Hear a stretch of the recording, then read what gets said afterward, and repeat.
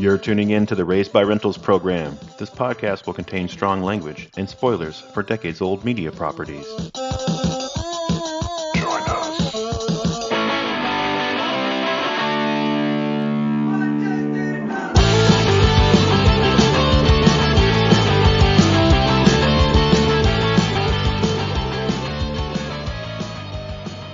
Welcome, everybody. This is the podcast where we examine pop culture franchises of the VHS era and improv new stories like a lady in the sheets and a freak in the bed to imagine how we might improve our favorite movies, TV, and games. I'm Josh. I'm Mike. We were raised by rentals. Mike, when you were in school, was there a stinky kid at your school? Oh, there absolutely was the stinky kid. Oh man. That kid, he had that sickly sour smell that just kind of brought a tear to your eye. Like, oh. Yeah, that's a good way to explain it, right? That sickly sour smell. Where it's like other people would have BO, but this would be like beyond BO, right? That boy don't just got BO, he got beyond. Beyond BO. Yeah.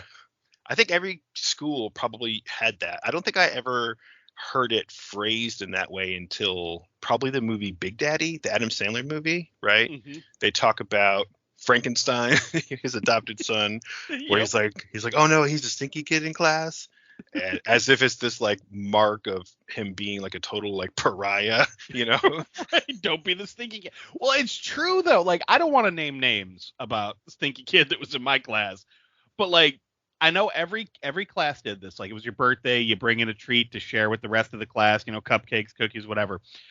This kid brought in like bags of popcorn and no one wanted to eat it.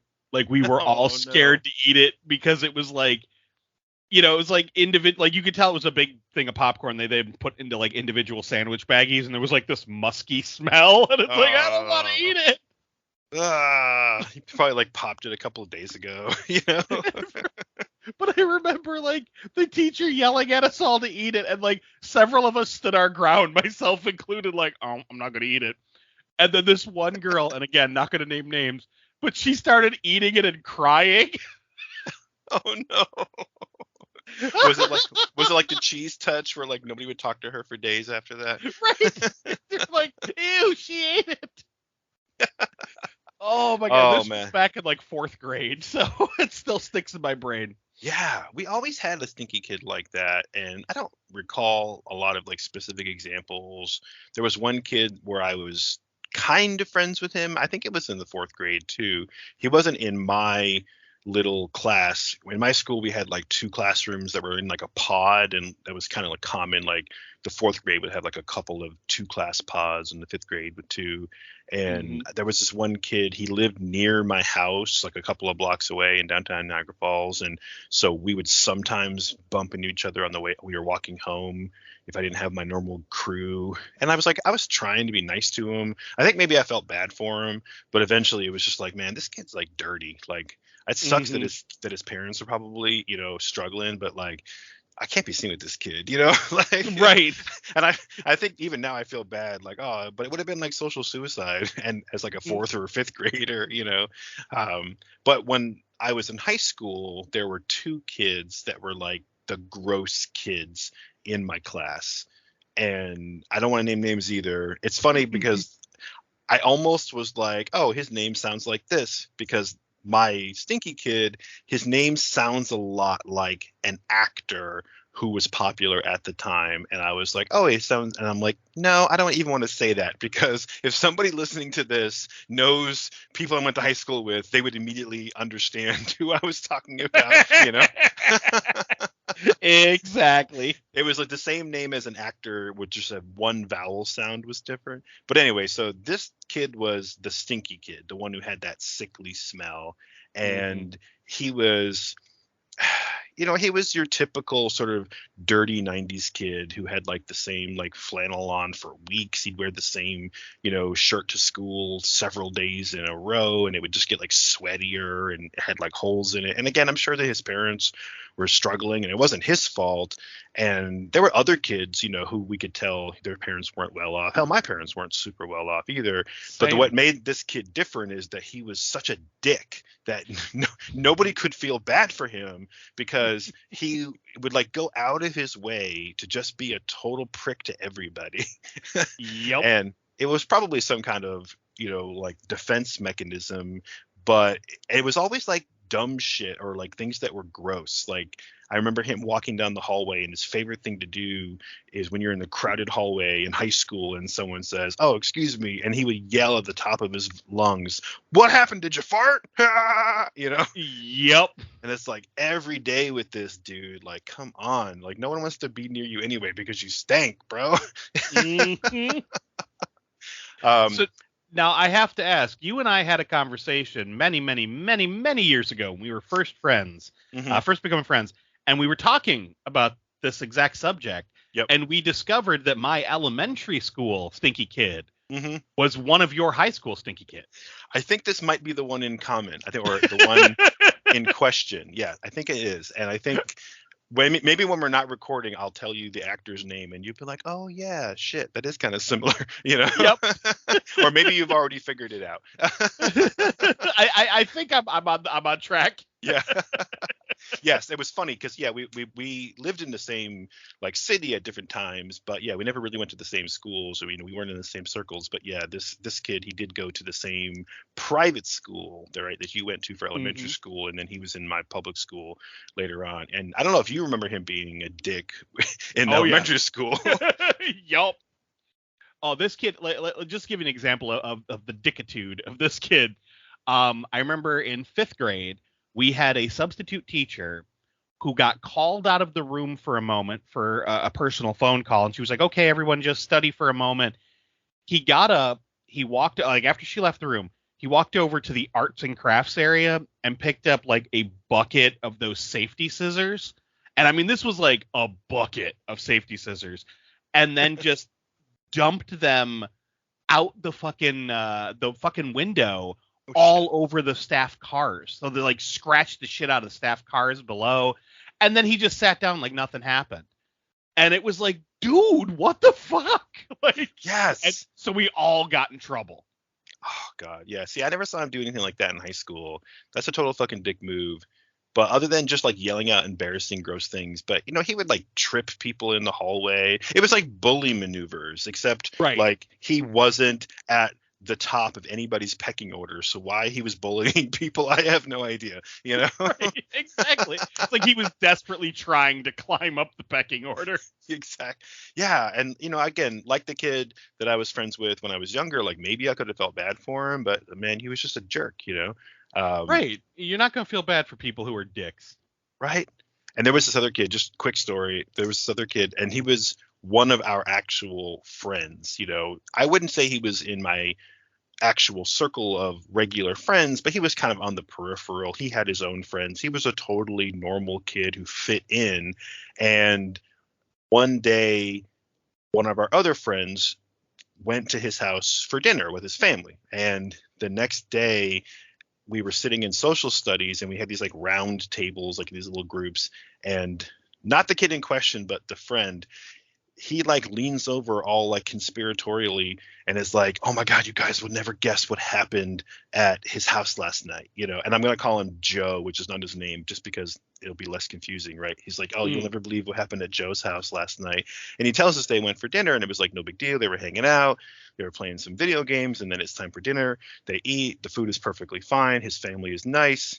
We knew his younger siblings, kind of they're in the same school system.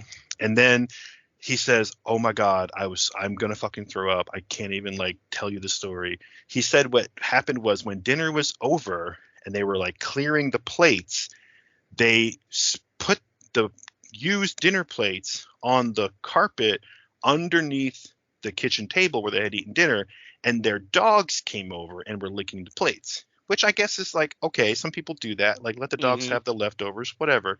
But then they picked the plates up, wiped them with a paper towel, and put them in the cabinet. Ah, God, no. Exactly. And No. my friend who's at the table whispering to us, he was like, I asked him, Joe, like, what's up with the plates? That's fucking gross. Like, we just ate off of those. And he said, oh, it just like saves on soap because dogs' mouths are cleaner than ours. Ah, God. Oh. Oh, God. Oh, God, why? It's so awful. I know, I was like, Jesus Christ. Oh my God, no one can ever be friends with Joe ever again after Oh. this.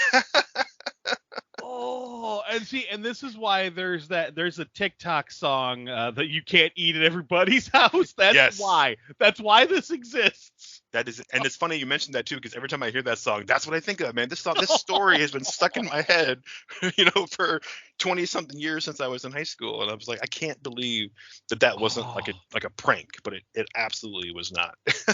oh, that's so funky, man. Oh God, I still get the willies just thinking about it. Yeah, no, seriously, I did the whole like full body shudder when you said. I was like, oh no. Oh God. Oh, Anyway, so gross. so I was about to say I don't want to turn this into a whole podcast episode where all we do is tell stories about like the stinky kid from school, Right. but there's actually a reason for this because this is sort of the lead in to what I want to talk about today in terms of let's improv a story. Now, this is a follow up to our last episode, which was the late night double feature picture show. And we decided to do a two-parter where we would bring an original idea that was, kind of based on something else. Not like, hey, let's do a movie sequel or remake or something, but it's like sort of a vague idea of like, or there's a song and I want to turn it into a movie, which is what we did last time with the Venga Bus of Death. Exactly. And so I wanted to do the same thing where, yes, I had this original idea that was inspired by something, and it's inspired by hot garbage. Yes, because when you first talked about that, like when we found out that we had the same stinky kid, you said that boy smelled exactly like hot garbage, and I damn near pissed my pants. And see, it's funny. I even tried to Google this today because I do remember telling you that, but I'm not ashamed to admit that I stole that joke from my friend Ben, who was a good friend of mine in high school and growing up, who's probably my best friend. And he used to always make fun of this stinky kid, our mutual stinky kid. And he was the one who I thought had coined the term hot garbage because I distinctly remember a day, almost graduation day at the end of our senior year, when this particular stinky kid walked down the hall and my friend Ben like caught a whiff of him and he was at the point where he didn't give a shit about high school anymore because like we're almost done, and he was just like, woo, that kid smells like hot garbage, like just loud and dramatic, Hot garbage. And I fucking lost it because I thought that was the most apropos insult that you could ever say to somebody. Like, that is, it's like I can taste and feel how that smells. Like that is the most descriptive thing I've ever heard, It's the kind of smell that gets in your taste buds, and you're like, no. It's like certain words that they go beyond the sound of the word. Like if somebody says moist, and it's like you can feel it, you can kind of smell it, Yep. And so that was stuck in my head forever, hot garbage. And then I used that joke with you, and then years later I start hearing more and more people use it, and I'm like, wait a second, did Ben like coin this? Did I spread it? Like, where did this come from? And now it's like a pop culture thing. And I even tried to Google it today, trying to figure out, well, what is the origin of the term? Maybe Ben heard it somewhere. Maybe it was in some movie or something. And I couldn't find anything on the internet. In fact, the best thing I could find was references to the phrase hot garbage in movies as far back as like 2006. And I'm like, well, shit, I'm talking about 1998. So like Ben was way ahead of the curve, And yeah, and you used that joke with me in like 2001. Yeah. Yeah. That was way before those movies. It's so weird. And so, so I had this idea where I was like, okay, I want to base a movie idea on something kind of weird and random, like the fucking Venga Bus song. I was like, shit, I gotta like bring something to the table to compete with that, The Venga Bus of Death. Oh man, because the improv turned out amazing. I was so Oh, I excited. was so happy. So, oh god, it was so much fun. But even before we made up the story, just the very concept, you were like, "Oh, I want to do the story," and I was kicking myself, like, "Damn it! Like, how do I compete with that? I got to come up with some fucking gold, you know?" Right.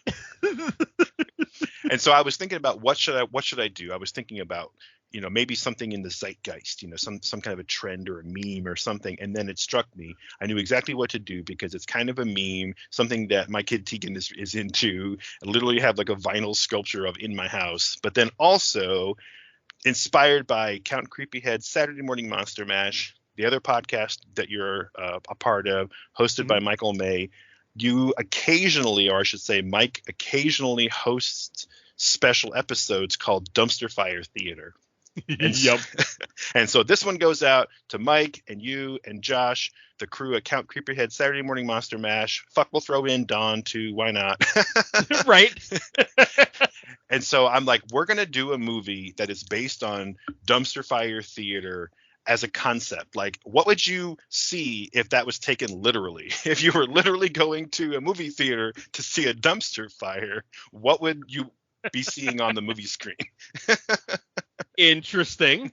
Exactly. So I want to tell a story about a movie called Hot Garbage where there's a dumpster fire, but yet it's also a horror movie. Okay.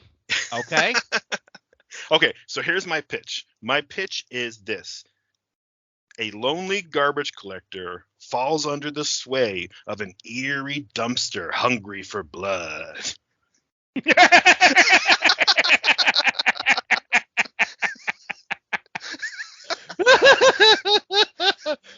On that pitch alone, I'd watch it. Oh my god, it's so ridiculous. Oh Okay. shit. Okay. Whew. Okay, so I have no actual plot, so we'll have to figure that out. I am grabbing a sheet of paper so I can keep names and stuff in order because I literally have no notes because all I knew is you told me that it was going to be based on a burning dumpster. Like I didn't really know much going in, so I'm excited for this. So, okay, so Nice. we got to name the garbage man. Okay, so I have a couple of things I thought of today while I was preparing for the episode. Try not to think too much about it, but just like Mhm. shit, like let me look up a couple of facts just to have some stuff at my fingertips because I was thinking like fucking dumpster fire, like what's that? And I thought, okay, I don't know why, but a dirty like big city, kind of a seedy place is what I was picturing, kind of dirty rundown neighborhoods where there's like overflowing dumpsters, just a sort of like general vibe of like I want to do like a dirty old school style horror movie, like an 80s low budget style, right? Okay. i Yeah, don't yeah. I don't know why Maniac Cop sprang to mind, but I immediately thought of the aesthetic of a movie like Maniac Cop, where they had a Yeah. little bit of money and a little bit of a cast, but it was like sort of a weird slasher that they were kind of making up as they went along, and Mhm. it turned into way more than it ever should have been. But I, See, I just like the look and feel of it.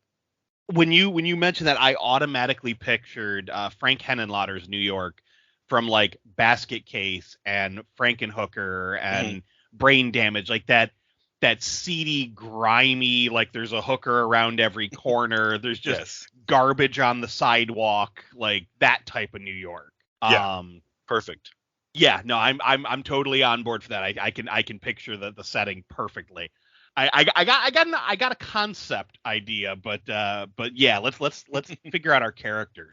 Yeah.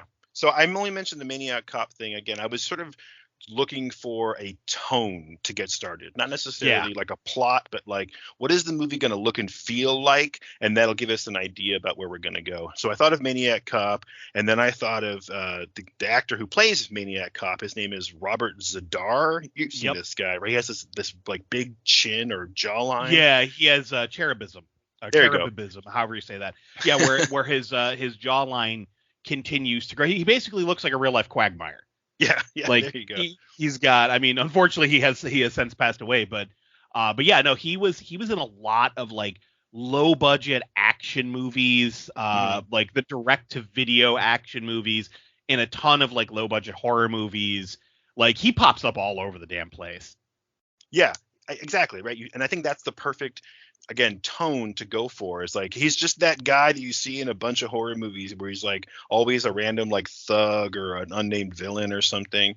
Mm-hmm. But so his real or full last name is Zdarsky, and I don't know why. I was just randomly going down a Wikipedia hole looking for ideas today, again for tone, and I just love the name Zdarsky. I don't know why it popped out as me as something really interesting, but I think Zdarsky's a good name. It's kind of a working class Polish maybe name. I'm not sure what the origin is. Yeah, I dig it. All right, cool. So we'll go with that. We'll go with a guy, a garbage collector, down on his luck. Maybe he's been divorced twice or something, living in some seedy, rundown apartment where he can never sleep because there's sirens and hookers and shit always making too much noise. Yeah, so like we'll have to kind of come up with the setup here, but I'm thinking that, he's this guy who is just fed up with his miserable life. He lives in like a fucking rat's nest. He's got no upward mobility. Like there's nothing, no future for him at his job. His, wife or his girlfriend left him. Maybe some shit happens. Maybe he gets robbed. Maybe someone steals his car. It's just like this dude is just as down on his luck as you can get. So are we going to go Zdarsky with it as his last name, or? Yeah, I honestly didn't even think about a first name. I don't know. What would his first name be? I need like a good working class name, like Matt or Gus or. Oh yeah, there you go, Gus. I like Gus. That's a good name. Gus Zdarsky. Gus Zdarsky. Yeah. Okay. So obviously, he's garbage man. And like you said, he's in a shitty spot. So yeah, maybe he doesn't have like any living family, or maybe the family he has is like estranged or something like that. They're not close. But he's one of those people that you see all the time, but has nobody, like a very lonely individual. Am I reading the idea correctly? Yeah, exactly. And I want to do some kind of a setup at the beginning where we demonstrate to the audience how down on his luck this guy is. He's going to have this, terrible, horrible, no good, very bad day, and okay. Where maybe we get to see all of this at once. But also I'm thinking just off the fly, let's put some people on screen that could be potential like victims or fodder later on in the movie, like an ex-girlfriend or a coworker, maybe his boss, right? So we can have some scenes thrown in here where, we see Gus, he wakes up in his like shitty apartment. Maybe the movie opens with like, sirens honking, and he sits up in his flytrap bedroom in like a sweaty wife beater. He's like looking around, startled by the sirens. And then he hears, people, banging, or maybe he's living in one of these like cheap hotels. There's people banging on the walls, like there's like a hooker by the hour next door, right. And it's like it's hot, it's sweaty, maybe there's a fan in the window and he like bangs on it like it's not working and it like falls out the window. Like fuck, this is how his day starts, and it's like it's just gonna get worse from here. Well, I was gonna say, like, we could do that, like have the sirens and everything going off and have that be what wakes him up, and have him look around and like see like his digital alarm clock isn't working, his fan isn't working, the lights aren't working, and be like, oh crap, like the power grid went down or something. Like maybe that's what the noise was. So he looks at his watch and it's like he's got to be to work like across town in like a half hour. It's just like there's that like panic, like he's trying to get ready, throwing his clothes on. He's all sweaty, like you said, because it's like his fan stopped working in the middle of the night, doesn't have time for a shower, so he's already stanking and gross. And just like puts his clothes on, grabs his lunch pail, and runs out the door. And then maybe in the hallway he gets like accosted by a prostitute who's pissed off that the John in the next room didn't pay her, and she's yelling at him, and he's like trying to make his way through this like crowd, this throng of people. Mm-hmm. Yeah, and maybe on the way out the front door, there's a guy at the desk who's yelling at him like, "Hey, Zdarsky, like you didn't pay for last night. You owe me $60. Where you going?" And it's like, yeah, like a nasty fucking front desk, like again, the wife picture like the fat Italian dude with like the thinning hairline and the big thick mustache. Yeah, like, he's got the under titty sweat on the wife beater. Exactly, right. And he's like fanning himself with like a crumpled up like magazine or something, and Yeah. there's just like fly paper strips hanging from the ceiling in his little office. And of course, by him yelling out Zdarsky, it's like, okay, now we got the guy's name. We Yep. immediately kind of understand that this is like one of these like flophouse motels. Zdarsky just kind of like, maybe he taps his watch and he's like, I'll get you when I get back, like I was supposed to be at work 10 minutes ago, or like I'm gonna miss the bus or something. And Yeah. again, kind of like communicate some of that information to the audience, and he runs out. And I want to just see more of this, like he gets on, maybe he goes to get on the bus and he fucking misses it, the guy drives off. He goes to get on the subway and he buys his token, he puts it in, the fucking turnstile won't work because it's like jammed. And Yep. it's like maybe he jumps over it, but then like like the metro cop sees him, so he takes off running, and he's all sweaty, and maybe he like fucking loses a shoe while he's running from the metro cop to get on the subway. It's like this dude can't fucking win. And and maybe he gets to work, and yeah, of course he gets to work, and his boss is yelling at him like, you were supposed to be out on fucking truck number 5 with Wells, like fucking 10 minutes ago, like move your ass. And he's trying to tell his boss like, oh, come on, man, I lost a shoe, blah, blah, blah. And he's like, cry me a fucking river, Zdarsky, like, let's go,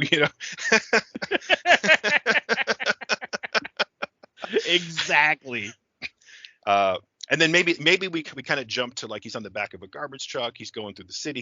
He's one of those guys who like hangs off the back. There's like him and like some other guy. This guy Wells, and or maybe Wells is the driver, and there's gotta be some other like guy on the back hanging off with him. Somebody who's like kind of gross like him. I don't know why. Yeah, I was gonna say let's have somebody that's kind of a friend. Yeah, like kind of in the same boat as he is, but maybe this other guy is like way more optimistic about like, fucking, hey, it's life. What are you going to do, man? Right. Let's have him be like, I'm picturing, your standard, like, Latino kind of middle-aged guy, just like, yo, man, it's a job. Yeah, it's gross, but we got to do it, right? This is for our family, kind of like, upbeat, kind of good-natured individual who doesn't care about getting his hands dirty. He's getting a paycheck and he's proud about it. Yeah, exactly. Okay, so you mentioned this guy's Latino. Let's call him Chewy. He looks kind of like John Turturro, Yeah, exactly.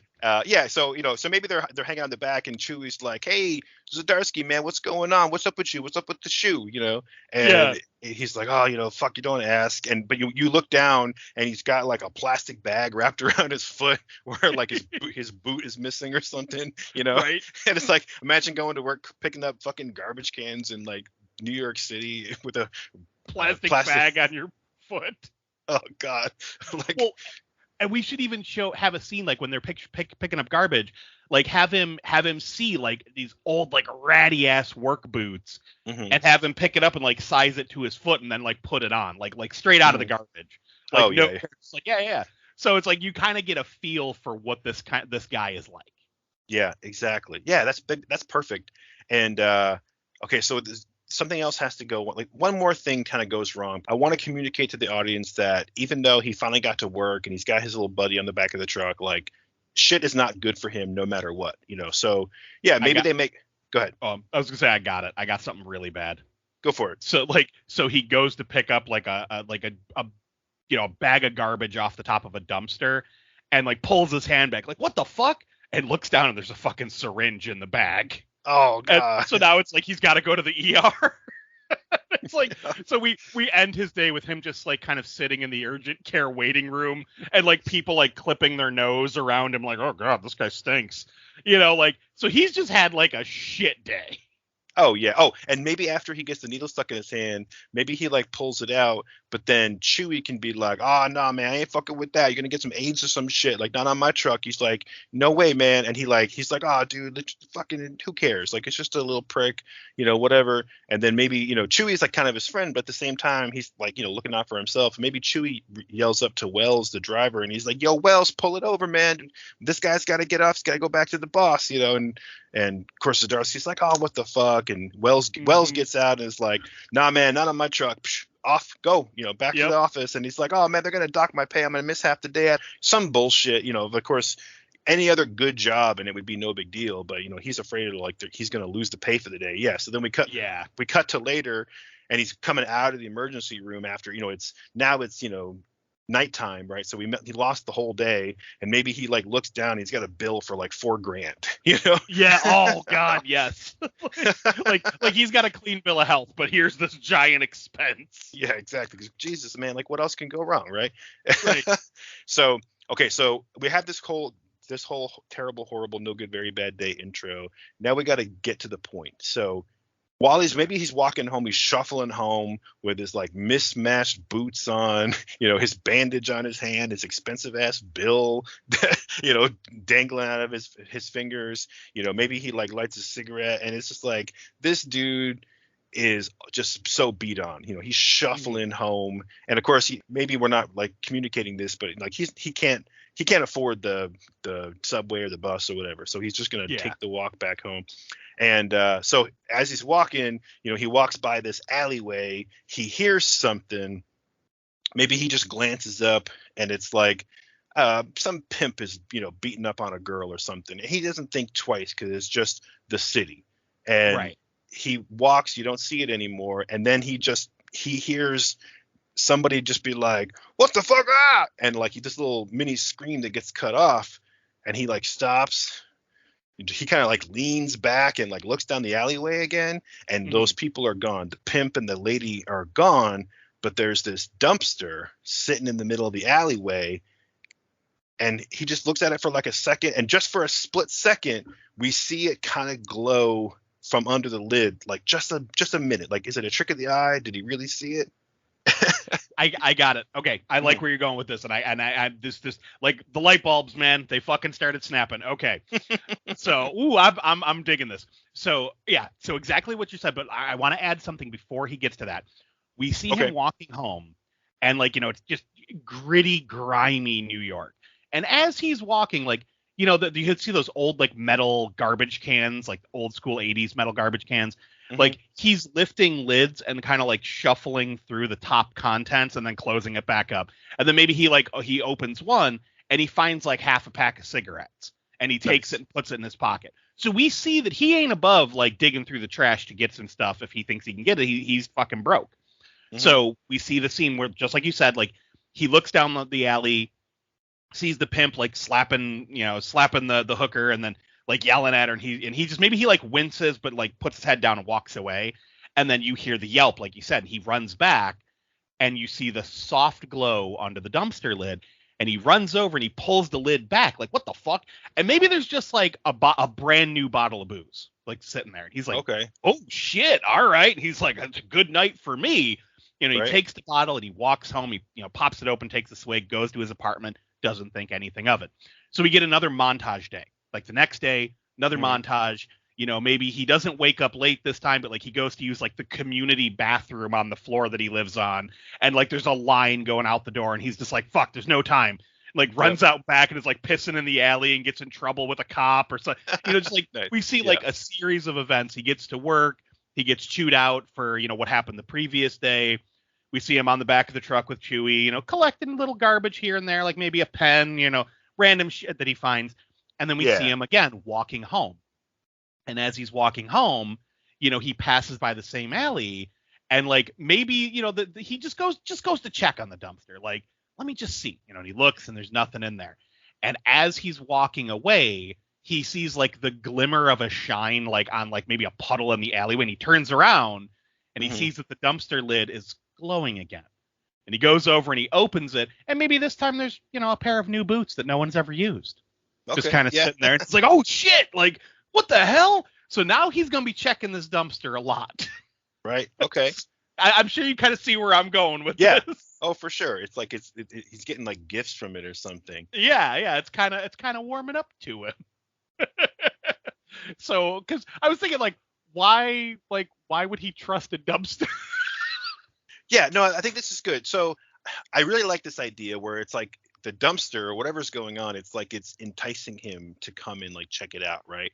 But at the same time, I want to kind of establish some rules, and so I want to tweak what you said a little bit, make a little bit of a change, because while we're talking about like the atmosphere, right? It's sort of like I think the Joker movie is probably the most recent one that kind of had this like Scorsese dirty New York atmosphere, right?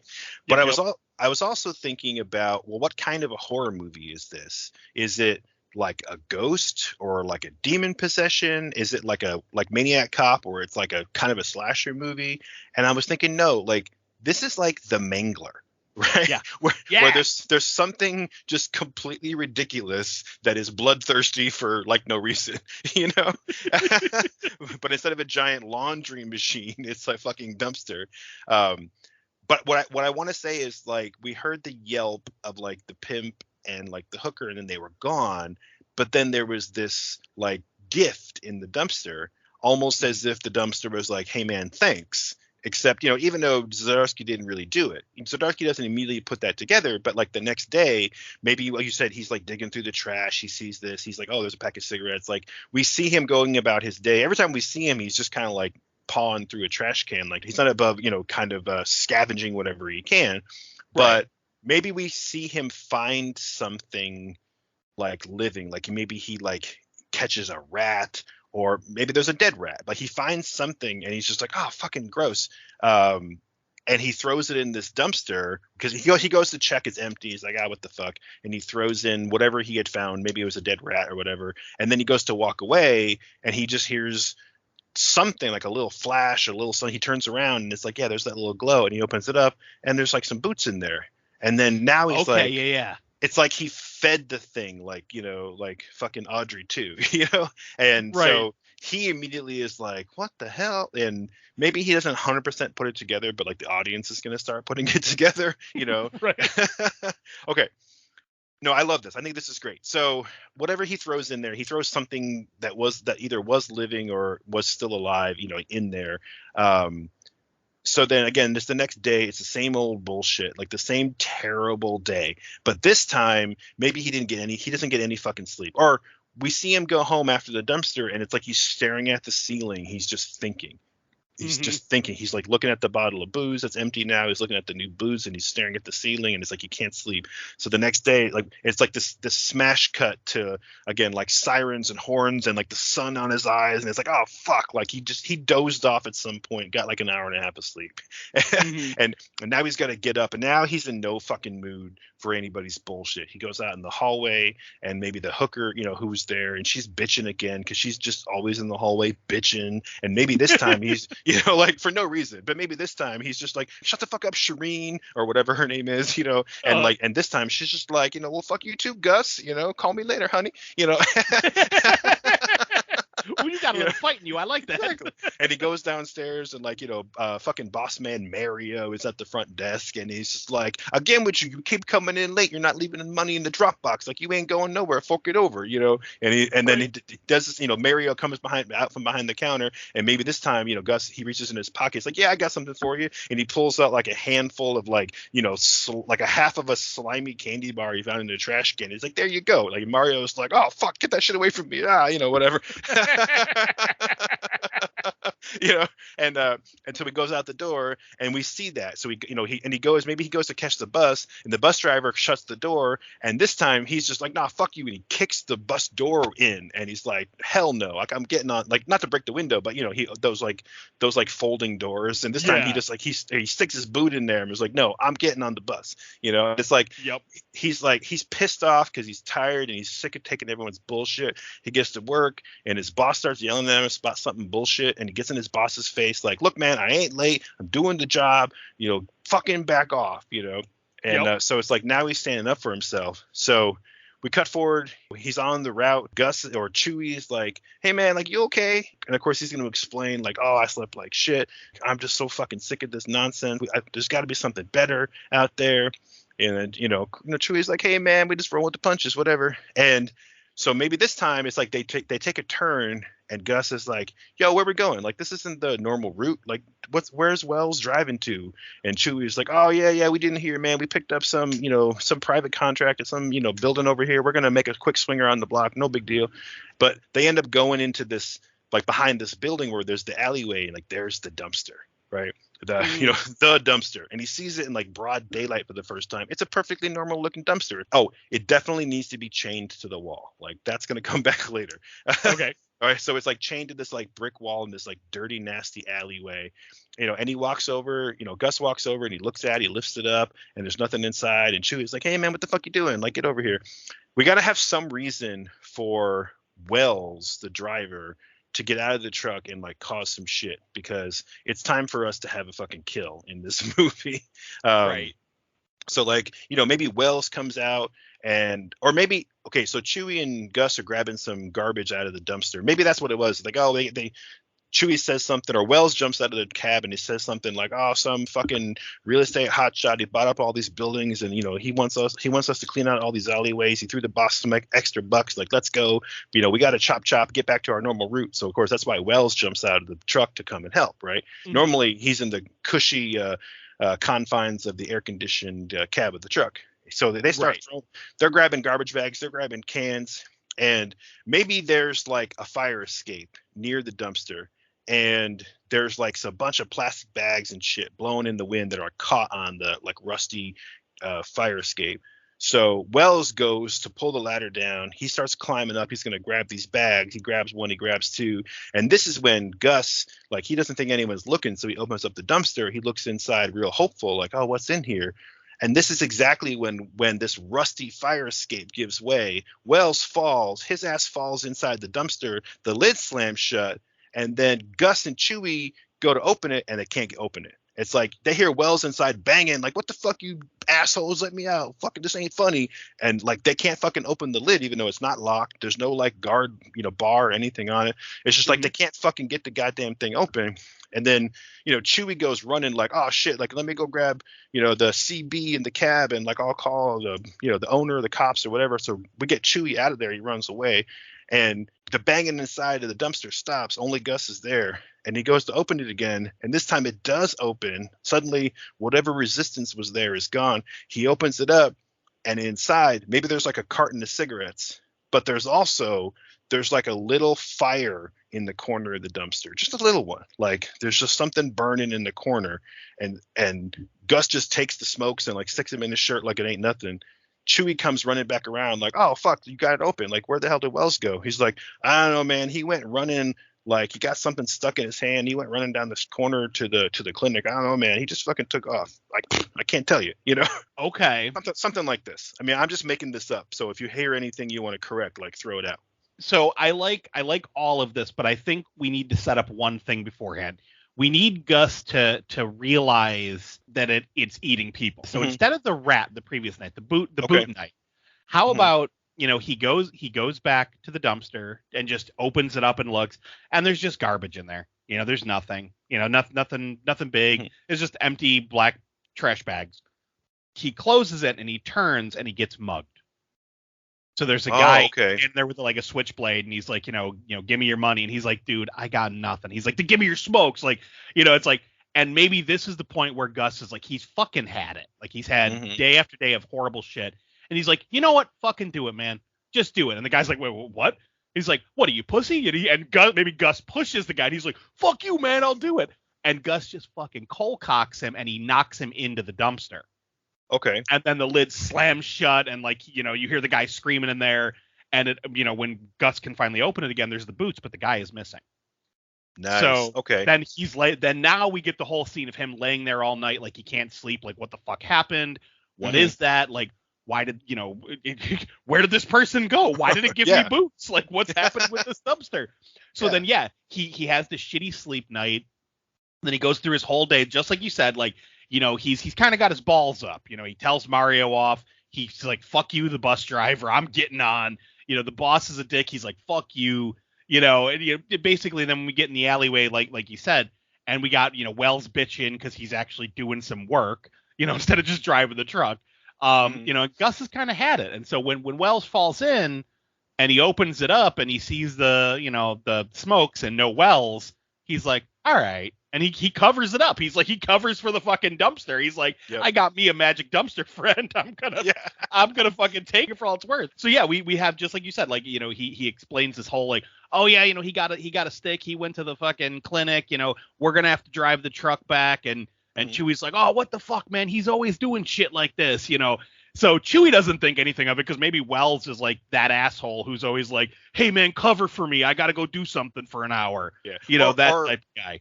yeah, like I said before, maybe he's always like in the air conditioning in the truck. So maybe Chewie's like, oh man, this motherfucker, he never wants to do any actual work. One little prick and he's, fucking out of here or something, right? Yeah. Yeah, exactly. No, I like that. That's awesome. So, Chewie's not really suspicious. He's just like, oh shit, man. Like, I get to drive the truck, man. Fuck you. And Right. My turn. yeah, exactly. And we just see Gus like looking out the window as Chewie's driving, and like the buildings are going by, and Gus just starts to smile a little bit. For the very first time in the movie, we see him smirk. Like, Yep. there's light in his life now. uh, He's murdering people with a dumpster. Exactly. Okay, so I just had this picture in my head of a scene I want to see later on. Remember, I had said the dumpster is like chained to this wall, but let me establish the geography a little bit. It doesn't really matter like what's going on in the neighborhood or how far away from his like motel it is, but this alleyway I wanted to open up into a space behind several buildings, like a courtyard where the garbage truck drove in a different alleyway where to access the back of the buildings, and there's like several places back there that have their dumpsters, that have their trash cans, like the backs of buildings, right? So our capital D dumpster is on one side, and it's the worst alleyway out of maybe 3 or 4 that come out of this little courtyard. And this alleyway is just completely filled with shit, and that's why, of course, they were called out there to clean it. But I want there to be this open space for something that I pictured that I think will be fun to do later. Okay. So now Gus is going to think, oh shit, like that was real easy. I didn't get rid of Wells on purpose, but like, what if I did? Right. So I'm just making this shit up. So, come along with me and help me out here. But I'm thinking the next day he's going to wake up, and this time he actually slept. This time he wakes up and he's feeling just fine. He slept like a baby. Exactly. He goes out in the hallway. He sees like Shireen again, and she's there. This time she doesn't say shit. She just kind of gives him a smile. Like it's like she's secretly wanting him to like yell at her again. You know what I mean? Right. So, but he's just smiling. Doesn't even notice her. He just keeps on walking, and she gives him a look as he walks past, like, "Well, fuck you too," like I thought we had something. And yeah, so he goes out, and there's Mario again, like fucking like, don't you pull that shit again on me, motherfucker. And maybe Gus stops and he's like, yeah, you know what, Mary, you're right. He's like, you're right. You know what? I'm going to call in sick today at work. I think I need to square things away with you. Like, I know where I can get your cash, but you got to come with me, I was wondering if that was going to happen. Exactly. Or, and Mary was like, well, man, fuck you. What do you mean come with you? Like, you bring the cash here. He's like, no, you don't get it, man. Like, you got to come with me. You'll see. Trust me. Tell you what, I'll pay you double. I'll pay you double what I owe you. Come with me. So, Mary was just like, I don't know. And maybe he turns and just for the fuck of it, what was that kid from Cabin Fever who was like with the pancakes? What was that kid's name? Dennis. Yeah, so maybe he turns and it's like, watch the place for me, Dennis. I'll be right back. And there's just like some long-haired kid. Yeah, he's just like watching TV, like whatever, And yeah, so so they're walking down the street, and Mario is like, he's like this big dude trying to keep up, like, oh, wait up, dude, don't walk so fast, Exactly. And Gus is like, oh, come on, it's just down here. It's just around the corner. It's just around the corner. So yeah, they go around the corner. They go into the alleyway, and he's like, Gus, it's just over there. And Mario gets a little bit suspicious, like, what the fuck you taking me, man? You trying to get me over here to like, mug me and whatever. And maybe Gus says something kind of cryptic, like, nah, that already happened, And it's like, wait, like, wait, what? Yeah, so he convinces Mario to like walk with him down the hallway. They go to the dumpster. He's like, trust me, man, I'm a garbage man. Like, I know all the secrets. I know where the good shit is. You got to check inside this dumpster. I'm telling you, man, you don't know what I found in here, and Mario's like in his head, like, what the fuck? But he's curious. He can't help himself. So of course, but dumpster's kind of high. Like, it's kind of hard. Like you mentioned this dude falling in before. And I almost pictured this mugger guy from the night or 1 or 2 nights ago falling in, almost like, wait, how did he fall in the dumpster? Dumpsters are like 4 feet tall in the front. How does that even happen? Right. Unless there's like one of those sliding doors on the side. Like, I guess sometimes dumpsters have those, right? But yeah. Anyway, so I'm kind of picturing like, he puts down a crate or a box or something. Mario gets up and looks in like, I don't see nothing. This fucking thing is empty. He's like, no, man, you gotta go look in the corner over there. I'm telling you, man, people hide shit in here. Mario looks again, and of course that's when Gus just grabs his legs and whoop and like flips him in. Yeah. Well, maybe that's what happened with the mugger. Like he cold cocks him and then like grabs him and flips him into the dumpster. Yeah. So something like that. Yeah, either way, and I like the top loading dumpster because it's like a mouth, Yeah, exactly. So Mario falls in. Gus doesn't touch the lid. That lid slams shut like on its own. And of course, just like before, you hear Mario, "Hey man, what's going on? Like, let me out of here, man. You fucking little dick. Like, you fucking with me." And then after a while, it's like, "Oh, come on, Gus. Come on, man. Let me out of here, man. It's getting hot in here, man. What the fuck? Why is it so hot in here?" And he's like, "Okay, man, forget it. Forget the money, man. Just let me out. Just forget the fucking money, man. You don't owe me shit. Just let me out of here, man. It's fucking hot as hell in here." And then he's like getting panicked, and it's like, "Why is it so hot? Oh my god, oh my god!" And he starts screaming. And as he's screaming, this time Gus doesn't look away. It's not happening behind him while he out of his sight. It's like Gus is just going to stand there and watch. And this time you start to see like smoke coming out of the dumpster. Like it's not just eating this meal, it's cooking it first, right? Right. And eventually, like, it dies down, the sound dies down. Gus opens it up to look inside, and this time that he saw that little fire before, but now it's like a bigger, like a smolder all in the bottom of the dumpster. But again, there's like a gift, and maybe it's like Mario's gold chains or something, Right. And once again, it's like, "Oh, thank you very much. I'll take that." Yeah. So I want to then repeat that. That's why we had to introduce so many people, like his hooker neighbor, his boss, the fucking shitty ass bus driver, like whatever. It's like now he's like, ho, I'm gonna take out all these motherfuckers who've making my life miserable one by one, and and I've got my own little dumpster fairy. My dumpster.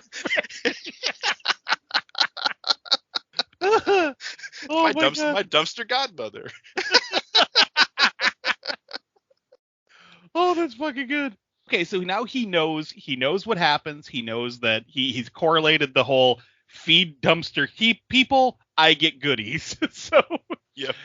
So now maybe we should do like another montage of like just like Gus is living his best life. He's just happy. He's going to work, he's maybe like we could even see like montage of kills. Like he's going to work, he's coming home, sees some like random wino on the side of the road, looks around, grabs him, drags him in the alleyway, and then we see him walking out and he's wearing like a new coat. Yeah, like, exactly. So we get a montage of now he's just straight up murdering people to get goodies. Exactly. And so you have a little montage, maybe he sees the bus driver just getting off of work, like about to walk home, and then he cuts him off, right? Fuck you, you're in the dumpster. Maybe he invites Shireen out, like, "Hey, we'll go on a real date." And he's like, "Oh, trust me, it's real romantic down here in this alleyway." And then, "Fuck you, you're in the dumpster." And I love the fact that he's not getting like money. He's getting like boots, some gold chains, some smokes. Yeah, it's like some gifts. He's gonna get a nice hat, He's like, "Fuck human life." Yeah, exactly. Smokes are worth that. Exactly. But it's funny because we kind of introduced him as like a scavenger. Like he was not above scavenging in the trash for whatever he could find, and now he's found a way to get good shit from the trash. You know? And so I want his boss to be the last one. He kind of takes out everybody in his life, and all we have left is like his boss and like Chewie. And so he goes to work. Maybe he walks into work one day and he just strolls in there like a fucking pimp. He's got his new hat on, his new coat on, his new boots on, his gold chains on. He's smoking a cigarette. Maybe he throws a cigarette to one of his coworkers, like, "Fuck it, take the pack," And, it's like he's just living as large as a garbage collector can live. Right. And he goes into work that day, and his boss is just getting like resentful of it, or he's like, "Ah, fuck you, Gus. Like, I don't know what's going on with you, but like, I need to take you down a peg. I got a special assignment for you." And he's some bullshit where he's like, "Oh, you're not going out on a run today. Oh no. Oh, you're gonna be scraping out truck number 6 today. And here's your squeegee and your face mask or whatever. Or your clothespin. Here's your squeegee and your clothespin for your nose. Right.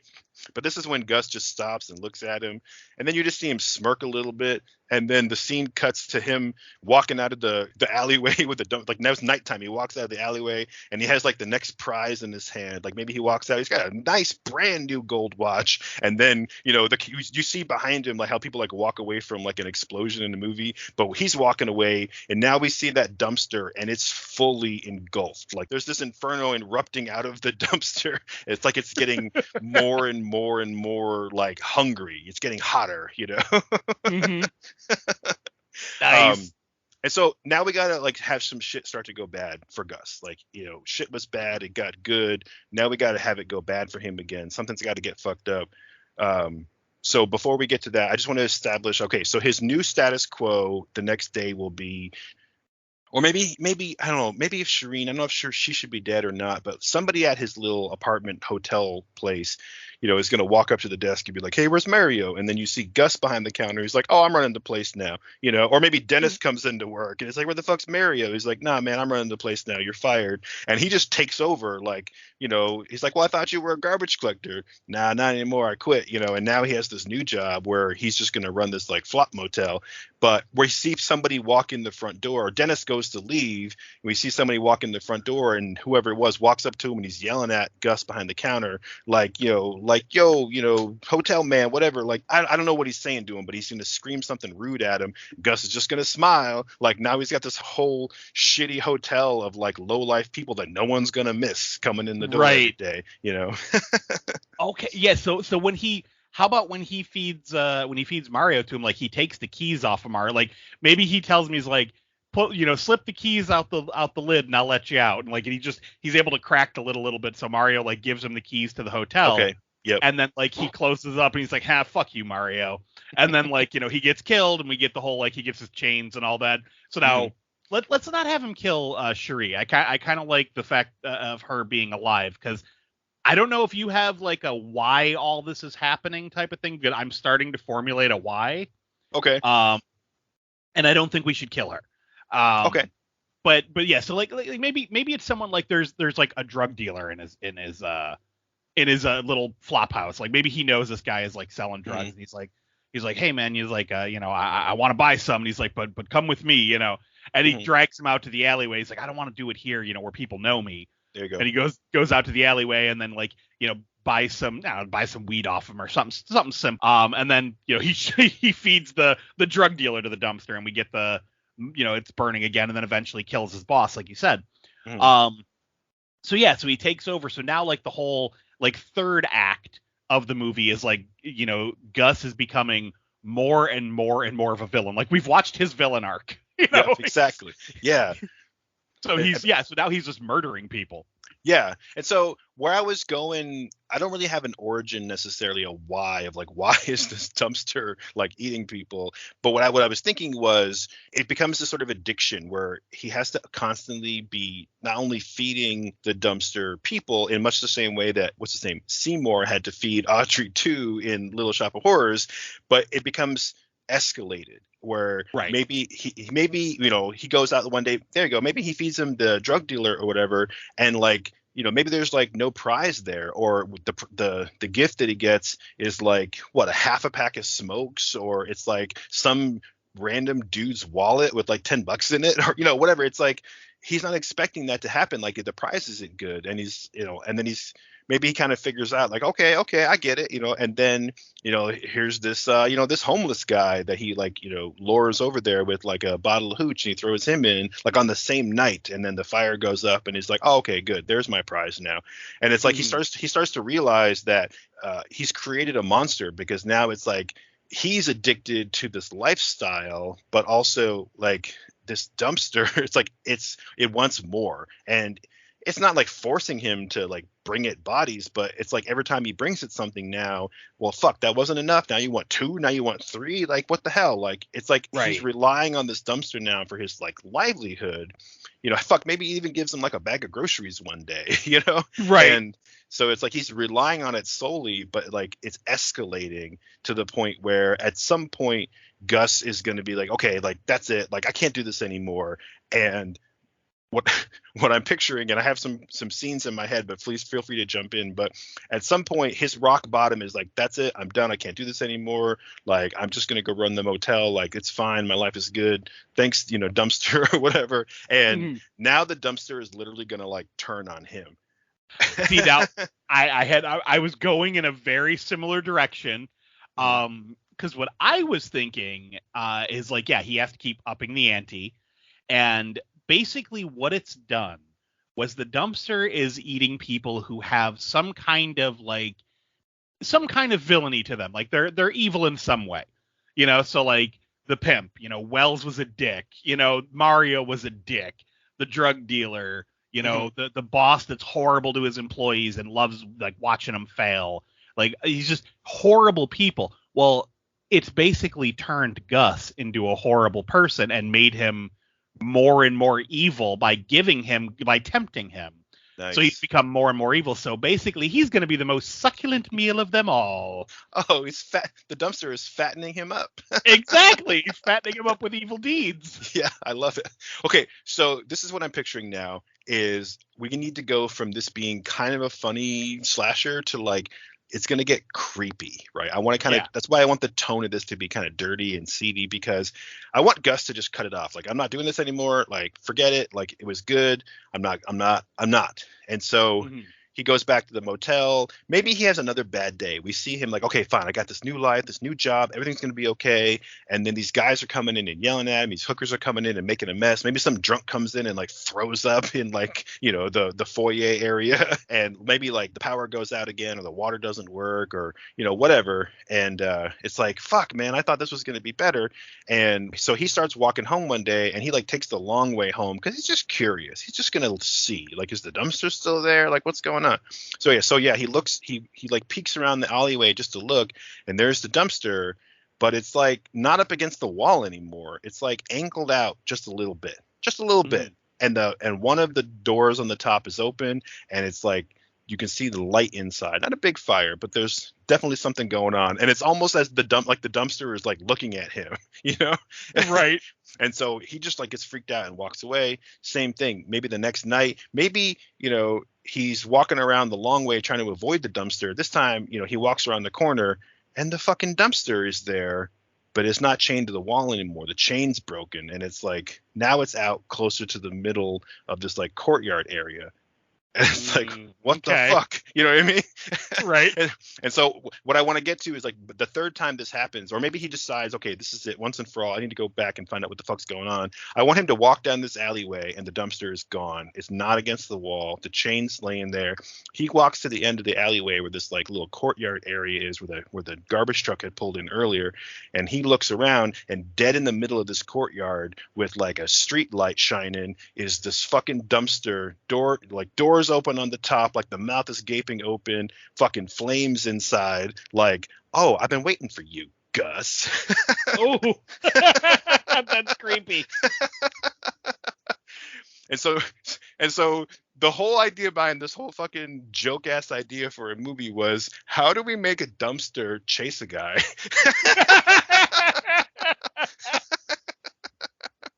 Right. I mean, it's a mystical dumpster. I mean, why not, right? Like, Exactly. like we never see it. We never see it move, but somehow it's around every corner. That's kind of terrifying. Right? It's creepy, right? It's like so Gus turns to fucking run. He runs down the alleyway, like he turns around the corner and he goes around the corner to maybe there's like a restaurant or something right there, and there's normally like a dumpster there, but instead of the restaurant's dumpster, it's his dumpster, and the door opens and he sees the fire inside. It's like what the fuck, and he like skids to a stop, turns around, runs the other way, goes across the street, like runs through traffic, like a yellow cab like honks at him. He goes into an alleyway on the other side where he goes and he hides behind like a bag of trash thinking like, oh, I'm safe here, and then you see behind him there's this light of the fire and he turns and the fucking dumpster's at the end of the alleyway now. And maybe like every time we see it, like the flames shoot up higher. Yes. It's like almost like it's roaring. Like, Yeah. just the fire like shoots up out of it. Yes, He's I just love like, that. oh my god! Like It's like roaring at him. we can have it like running through the streets, like yelling, the dumpster's trying to kill me, like, and have everyone be like, fucking druggie. No one's gonna believe him, of course. Of course. And yeah, we have to have a scene like where he gets cornered in like a dead end alleyway, and like we see the dumpster just like slowly like screeching along the pavement toward him. Like we should have to escalate this like low budget horror movie to ridiculous proportions, but yeah, by having like the literal dumpster shooting up sparks, it's like chasing him down this fucking street. And it fucking corners him, and it's coming for him. Now, so okay, Gus is gonna have to meet his demise at the hands of the dumpster, Obviously. Yeah. So maybe like we have this whole thing happen where it's like, Gus ends up, getting engulfed by the fire in the dump. Like maybe we do one of those things where we see the dumpster coming closer and closer, and we zoom in on Gus's face, and he's like panicking. We just see the light reflecting off his face, and then like we zoom in on his eye, and we see the fire belching dumpster in the reflection of his eye, and then like black screen, and then we cut back and we see the dumpster in its normal place, like it never left. And we could leave the audience questioning, like, did that actually chase him down, or did like the dumpster hypnotize him into climbing in? Like, what happened? Because now it's chained to the wall again. It's still there. Yep. And now if you have an ending, stop me. But the joke I kept thinking about, like running through my head the entire time, was we never see what store this dumpster is on the opposite side of. Okay. Like what. The whole movie we've been talking about an alleyway. Like, okay, well, whose dumpster is that? Yeah. So what if we pan around like to like the other side of the street, like on the opposite side? We see all these little shops and all that, and we see, and it's like an occult bookstore. Nice. And we see like, they're doing like inventory, and they're like, these didn't sell as well as we thought. And they're like ripping the covers off like you do to send back to the warehouse to get the refund. And they're throwing all the like fucking occult books into a garbage bag, and they just huck it into the dumpster out back. Yes. I love that. Like possessed by 100 demons. Okay. I fucking love that. Let me back up. I want to back up and insert a scene. Okay. That's why I thought it, because you made a mention like Shireen living, and I'm like, I do kind of like her, kind of like the hooker with a heart of gold kind of idea. So yeah. Let's back up all the way back to the very first time we saw Shireen in the hallway outside of Zdarsky's room. He comes out that very first time, and we mentioned that she was like complaining, like bitching about some John. What if what she's saying is she's wearing this like sequined dress, skimpy, like way too dressed up for, like a common prostitute, but like the strap is broken, and she's just like, fuck it, Gus, this goddamn bastard, he broke my favorite dress. And she's like, hey, can I do something for you, baby? I gotta make some money to fix this. And he's like, fuck you. And so when we see her, she has this dress, and now it's like safety pinned back together, and it was like this thing that she liked was this like red sequined dress. So now cut back to where we were, right after the sequence where somehow this like mystical dumpster chases Zdarsky down, belching fire. We see it reflected in his eyeballs. The screen goes black, and then we see it just back in the alleyway again, like nothing happened. What if we see Shireen come around the corner, like, Gus, are you over here? Gus, like, I thought I heard your voice. What's going on? And she sees this dumpster, and maybe there's just like a little belching noise, a little puff of smoke, and like she walks over like, what the hell? And she's like, Gus, is that you? Are you in there? And she opens up the lid, and there's a fucking brand new red sequin dress, just like her favorite one. And she lifts it out, and she's like, oh no, oh my, she's so surprised because of course it just ate this like amazing big meal. And here comes Shireen looking for her, opens it up, and it's like, oh, now it's going to give her this gift, Yes, yes. Yes. So, like, the cycle continues. Exactly. So she's going to take the dress and then like walk away and kind of look back and look at the dumpster and look at the dress and look at the dumpster and like, and kind of walk away like she's thinking. And that's when we pan the camera back. Exactly. We pan the camera back. We see this occult bookstore, like you said, and the owner of the store is like, another fucking stack of books. No one's ever going to buy this shit. We're shutting the store down, whatever. Rip the covers off. We can return them for whatever we can get back and dump that shit in the back. It's all hot garbage. Yes, it's all hot garbage. Yes. That's perfect. Because they said the name. Anytime we can do that. Yes. I love it. There you go. We somehow got through an improv of a movie about a literal dumpster fire slasher killer.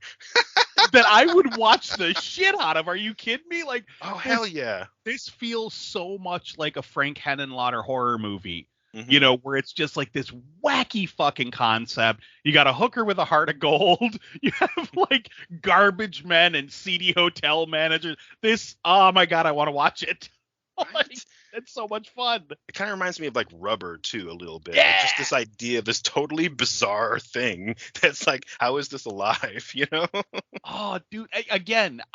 I came into this with no concept other than the title, and this was so much fun. Like, I had a blast with this one. Yeah, me too, man. And actually, behind the scenes, this is the first time we've recorded an episode in a while where I didn't have like a whiskey or a beer or something, just to kind of like loosen up the ideas a little bit. Mhm. I just didn't happen to grab one before we started, and I didn't need it, man, because somehow this one just came out of us. I don't know where. And I literally started with just the elevator pitch and the idea that I wanted it to be kind of a 80s low budget seedy kind of a thing. That's all I Mhm. had. It was just a dumb joke about how do we make a dumpster fire movie.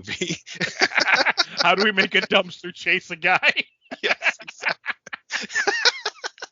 I think that's my favorite part, that we have a dumpster chasing a guy. Oh man, this was so much fun. Okay, so Ooh. I don't know if I lived up to the Venga bus of death, but this one is definitely a lot of fun. I don't know, man. I want to listen to them both a second time, but I think this was on point. I really do. Like, I had fun with it.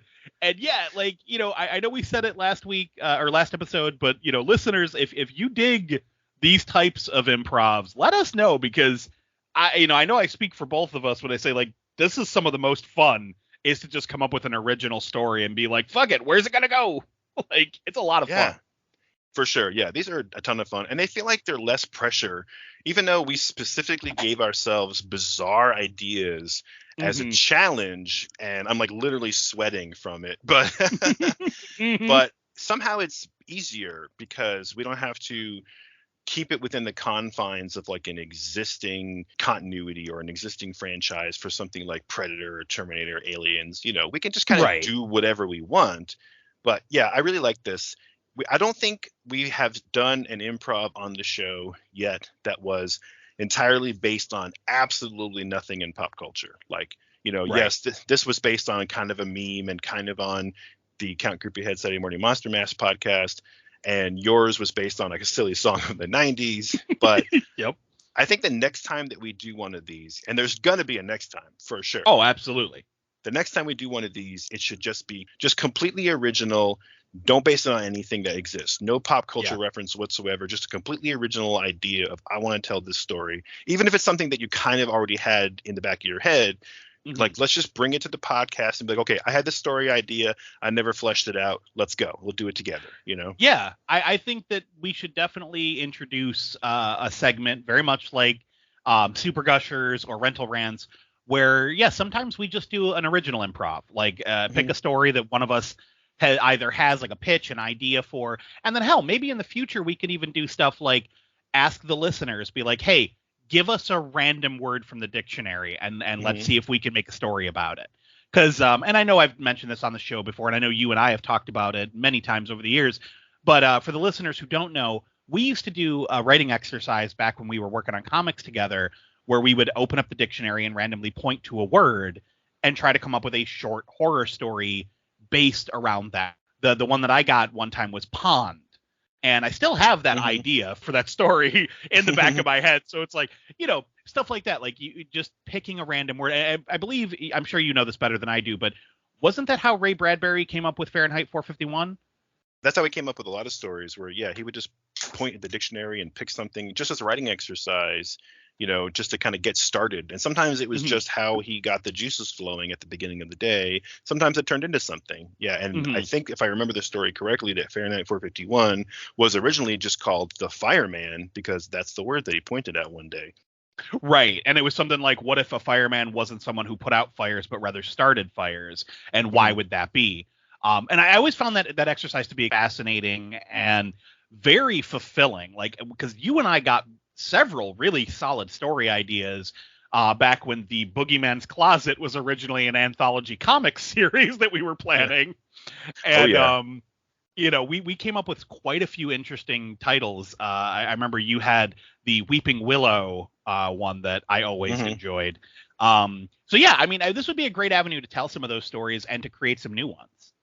Yeah, for sure. Yeah, you're sparking my memory now of like, yeah, I remember writing comic book scripts for words like the hoof print and what is it, the stairwell and the pumpkin, and those are all ones I did put into stories. But yeah, we used to do that all the time. It was a lot of fun. So yeah, I mean, we're just kind of coming up with this right now on the fly, but I think it's a great idea.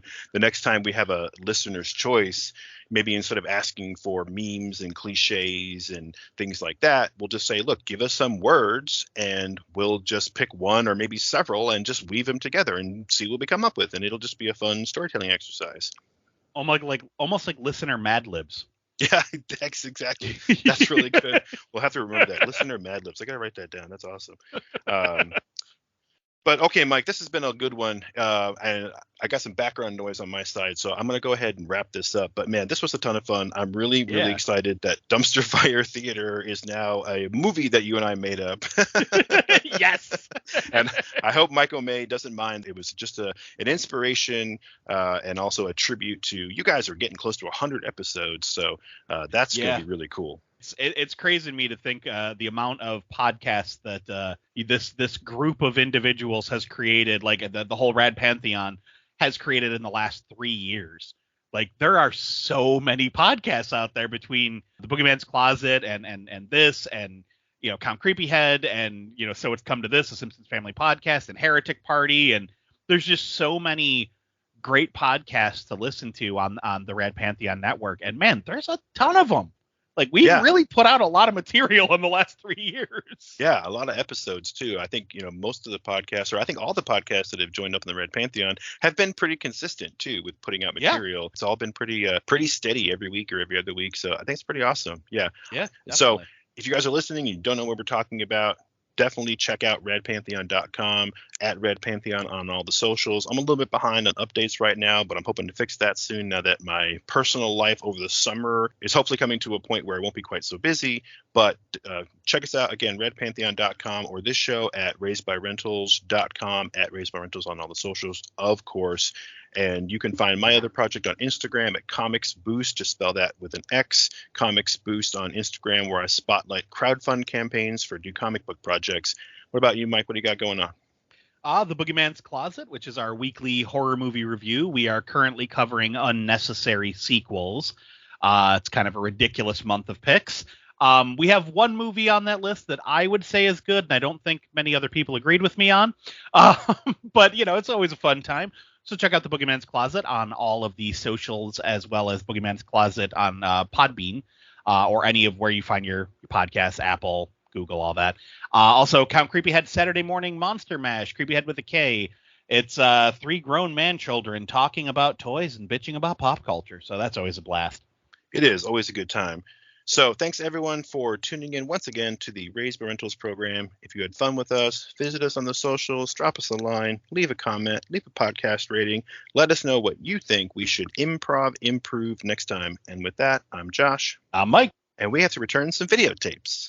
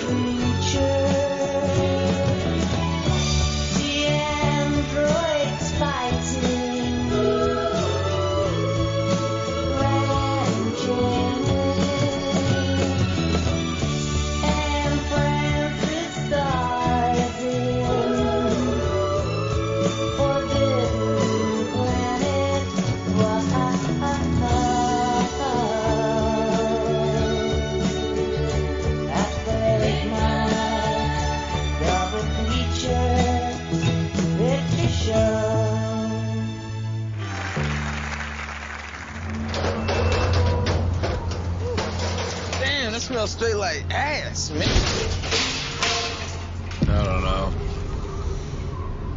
I kind of like him.